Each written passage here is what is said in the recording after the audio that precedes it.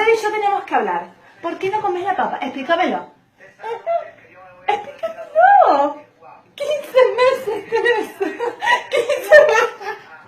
No te rías. No te rías. Te cocino. No, escuchá, te hago zapallo con papa. No. Zapallo con papa, con pollito, todo procesado.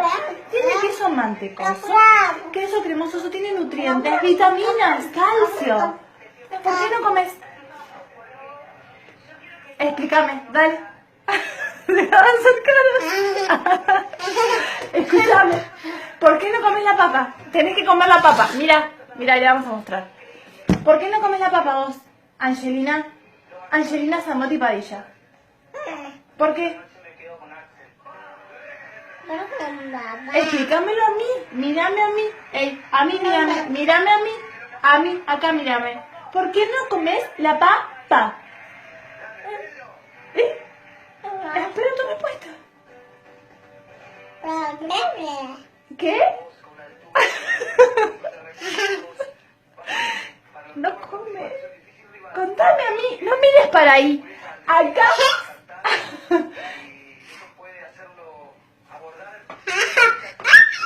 Escúchame, basta de monerías. Angelina, ¿por qué no comes la papa? No es todo pan, yogur y Nestum. No, tenés que comer pollo. Nos distraemos. No. Tengamos una charla seria. Vos sos la bebé, yo soy la mamá.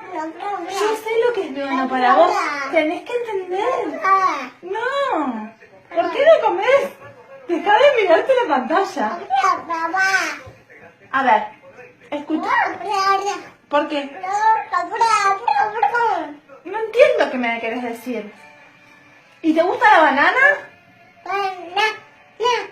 ¿La banana te gusta? ¿Banana? No, pero no puede ser. No puedes vivir a yogur, Nestum y banana. No. No. Yo te amo. ¿Vos sabés que yo te amo? ¿Me das un va?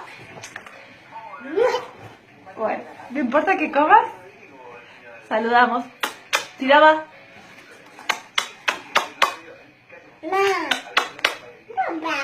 Y bueno, y no comió. Comió Nestum, comió yogur. Yogurísimo. Pan. Y banana. Banana. Pareces un niño. Tiremos un va.